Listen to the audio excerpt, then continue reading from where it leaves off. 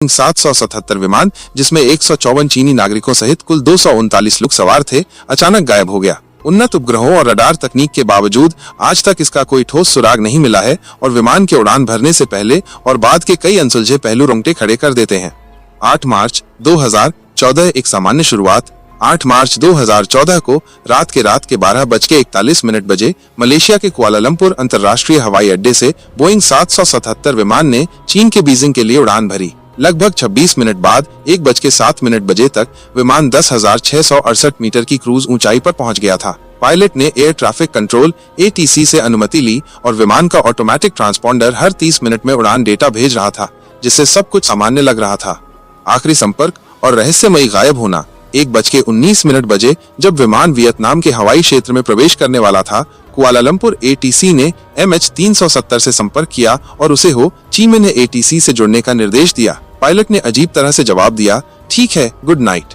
सिर्फ 2 मिनट बाद 1:21 बजे विमान अचानक रडार स्क्रीन से गायब हो गया। बढ़ती चिंता और सैन्य हस्तक्षेप।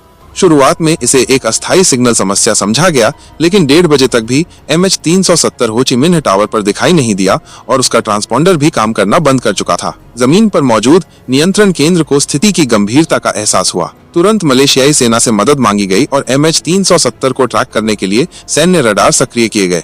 असामान्य उड़ान पैटर्न का खुलासा। सैन्य रडार डेटा ने 2 गंभीर अनियमितताएं दिखाई। एक, रडार सिस्टम बंद होने के तुरंत बाद विमान ने पहले दाहिने मोड़ लिया, फिर अचानक 300 डिग्री का एक बड़ा बायां मोड़ लेकर दक्षिण पश्चिम की ओर उड़ान भरी। 2, इसके बाद वह मलक्का जलडमरू मध्य को पार करते हुए पेनांग द्वीप की ओर मुड़ा और फिर सीधी उड़ान भरी।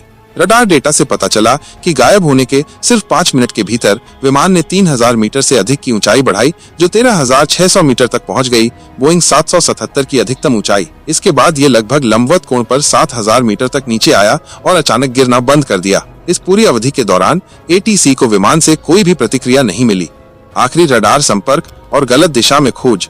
2:22 बजे MH370 अंडमान सागर के हवाई क्षेत्र में सैन्य रडार निगरानी से पूरी तरह गायब हो गया। कुआलालंपुर विमानन बचाव समन्वय केंद्र ने तुरंत खोज और बचाव अभियान शुरू किया, लेकिन शुरुआत में ये 1:21 बजे विमान के गायब होने के स्थान यानी थाईलैंड की खाड़ी और दक्षिण चीन सागर के आसपास केंद्रित था।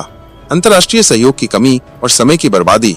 कई देशों ने MH370 को ट्रैक किया था, लेकिन अपनी सैन्य क्षमताओं को उजागर करने के डर से उन्होंने तुरंत रडार डेटा जारी नहीं किया। भारत ने दावा किया कि निकोबार द्वीप समूह के रडार शांतिकाल में बंद रहते हैं, जबकि इंडोनेशिया ने ईंधन की कमी के कारण रडार के काम न करने की बात कही। मलेशियाई सैन्य रडार को भी MH370 की पहचान करने में देरी हुई, जिससे शुरुआती खोज पूरी तरह गलत दिशा में चली गई और बहुमूल्य समय बर्बाद हुआ। 4 दिन बाद सही दिशा का खुलासा।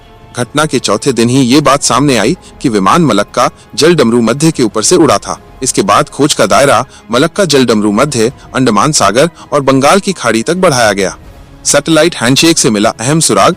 कई दिनों की असफल खोज के बाद अंतर्राष्ट्रीय समुद्री उपग्रह संगठन इनमार्सत को एक महत्वपूर्ण सुराग मिला। बोइंग 777 का संचार प्रणाली बंद होने के बावजूद ये हर घंटे उपग्रह के साथ एक हैंडशेक सिग्नल उत्पन्न कर रहा था। इन सिग्नलों के समय का विश्लेषण करने पर पता चला कि MH370 मलेशियाई सैन्य रडार से गायब होने के बाद भी उड़ान भर रहा था। विमान का अंतिम हैंडशेक सिग्नल 8:19 बजे आया, जिसका अर्थ है कि विमान ने 7 घंटे 37 मिनट तक उड़ान भरी थी, जो कि विमान में भरे ईंधन की अधिकतम सीमा के अनुरूप था। इन 7 हैंडशेक सिग्नलों के आधार पर समन्वय निर्धारित किया गया, जिससे यह अनुमान लगाया गया कि दुर्घटना स्थल संभवतः दक्षिण हिंद महासागर के दक्षिणी गलियारे में स्थित था। ब्लैक बॉक्स का रहस्य। आमतौर पर विमान दुर्घटना के बाद ब्लैक बॉक्स 30 दिनों तक डिंगवे संकेत भेजता है, लेकिन MH370 से कोई डिंगवे संकेत नहीं मिला। जांचकर्ताओं को बाद में पता चला कि MH370 के ब्लैक बॉक्स की बैटरी 2 साल पहले ही खराब हो चुकी थी और कंप्यूटर खराबी के कारण इस समस्या का पता नहीं चल पाया था।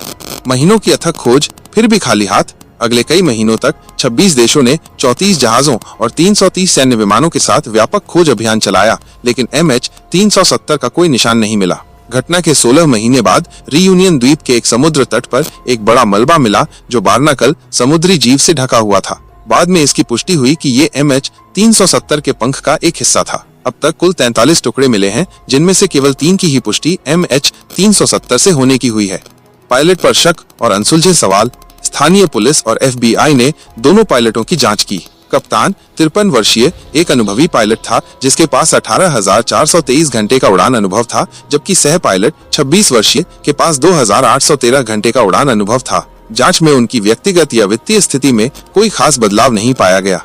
हालांकि कप्तान के घर से एक उड़ान सिम्युलेटर मिला और एक हटाए गए हार्ड ड्राइव से डेटा रिकवर करने पर यह चौंकाने वाला खुलासा हुआ कि कप्तान ने घटना से 1 महीने पहले सिम्युलेटर पर इसी दुर्घटना मार्ग का अभ्यास किया था। इससे कप्तान के आपराधिक इरादे की संभावना बनी। हालांकि मलेशियाई परिवहन मंत्री ने लगातार मीडिया में जोर दिया कि ये सिम्युलेटेड मार्ग कप्तान द्वारा सिम्युलेटर पर उड़ाई गई अनगिनत अन्य मार्गों में से एक था और ये अपहरण में उनकी संलिप्तता का प्रमाण नहीं था। 2025 में एक नया प्रयास। अब 2025 में मलेशियाई सरकार ने MH370 की फिर से खोज को मंजूरी दे दी है। अमेरिकी समुद्री अन्वेषण कंपनी ओशन इन्फिनिटी को $70 मिलियन का अनुबंध मिला है, जो नो फाइंड नो फीस, यदि कुछ नहीं मिलता तो कोई शुल्क नहीं के आधार पर है। निष्कर्ष, MH370 का सच क्या है? क्या ये एक दुर्घटना थी या किसी पायलट की साजिश थी या कुछ और? जब तक MH370 का ब्लैक बॉक्स नहीं मिल जाता तब तक सच्चाई एक रहस्य ही रहेगी। ऐसी और वीडियो के लिए चैनल को सब्सक्राइब करें।